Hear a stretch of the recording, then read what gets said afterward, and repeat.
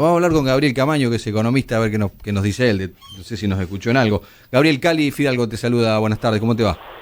Buenas tardes, ¿cómo andan? Un gusto. Bueno, no sé si alcanzaste a escuchar algo de lo que estábamos comentando. Sí, la inflación de diciembre. Sí, a ver, el número que salió hoy es el de Cava. Cava tiene una estructura de ponderadores distinta que el INDEC nacional, digamos, que es un promedio de las regiones. En Cava pesa mucho más lo que es vivienda, es alquileres, expensas, gas, electricidad, que en el nacional, o sea, pesa el doble y es el rubro que más pesa en la ciudad. En el nacional pesa menos que eso y pesa mucho más alimentos. Es probable que si el IPC nacional saliera exactamente los mismos precios que Cava, digamos, pero con los ponderadores del nacional, la inflación, que en vez de ser 21 y moneditas, sea 23 y moneditas, con los mismos precios que Cava. Eso tiene que ver con que no son iguales los índices.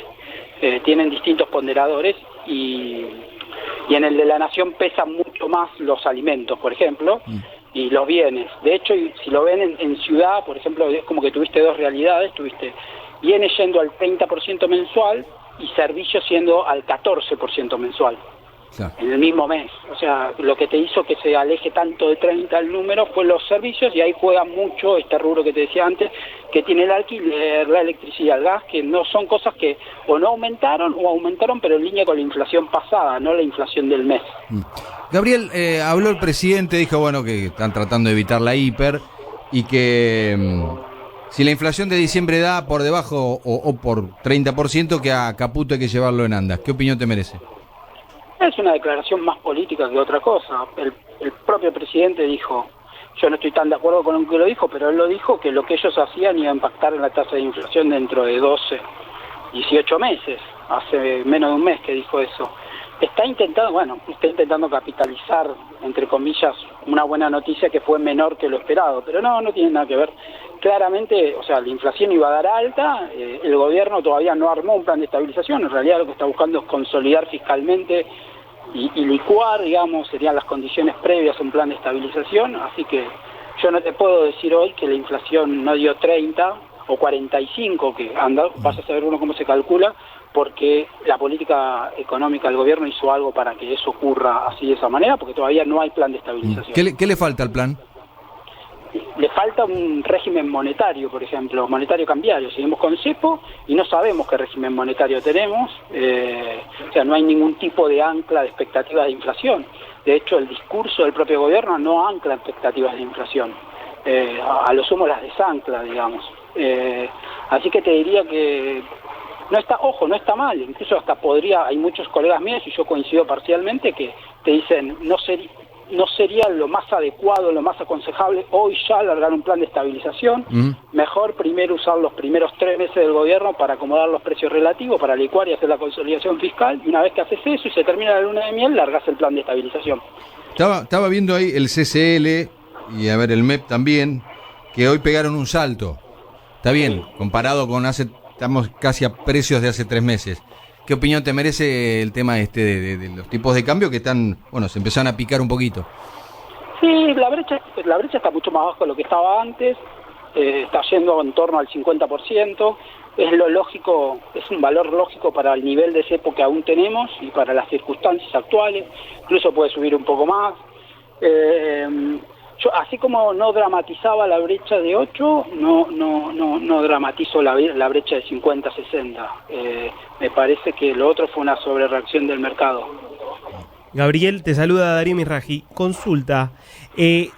¿Cómo ve el mercado lo que está pasando a nivel político respecto, por un lado, de la ley ómnibus, del megadecreto, de las posiciones que está teniendo el gobierno, esta cosa que parece que está trabado, digamos, el desarrollo de esos 2 megaproyectos que tienen muchas reformas económicas?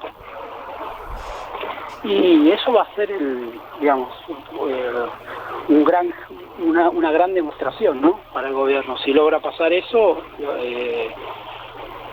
puede tener otro desempeño, digamos, político y económico la gestión. Si no lo logra pasar, va a ser un baldazo de agua fría, ¿no?, para una gestión. El gobierno ahí juega todo o nada y fuerte de entrada. Si le sale bien, compra credibilidad, si le sale mal la pierde muy rápido.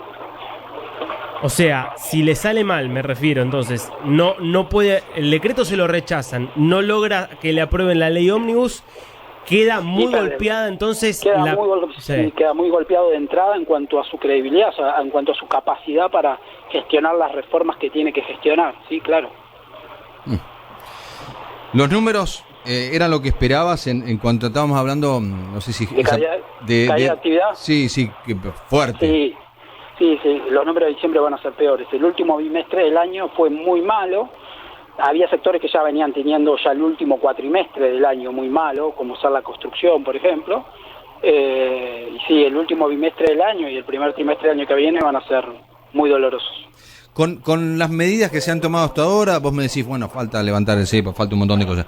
¿Hay algún sector que hoy digas, bueno, mira, este sector sí, todo esto le favorece y con esto se ayuda a la economía argentina, o no estás viendo eso?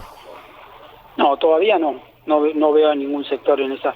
El mercado de alquileres, si querés, que era un mercado que estaba demasiado roto, entonces acomodás dos cositas y arranca, pero son casos de ese estilo. ¿El campo?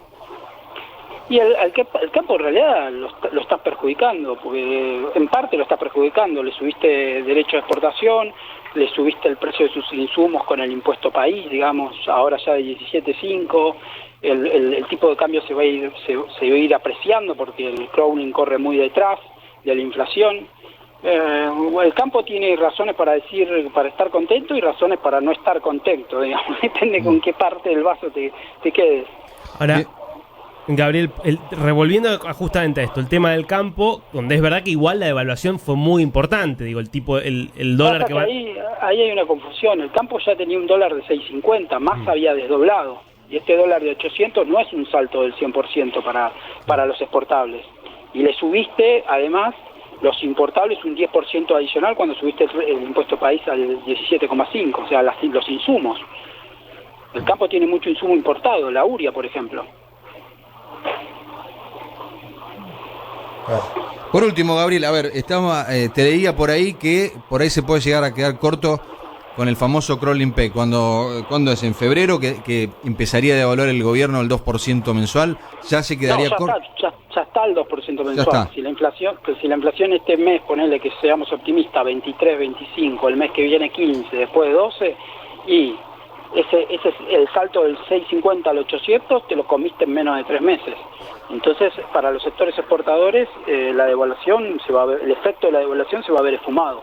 A ver, desde el punto de vista real. Repitamos esos números y después dame la suma total, porque la gente a veces lo suma y es una suma... En el primer trimestre, siendo optimista, digamos, sí, vas a acumular 50-60% de inflación, siendo optimista. Siendo optimista, claro. Ya te come la devaluación.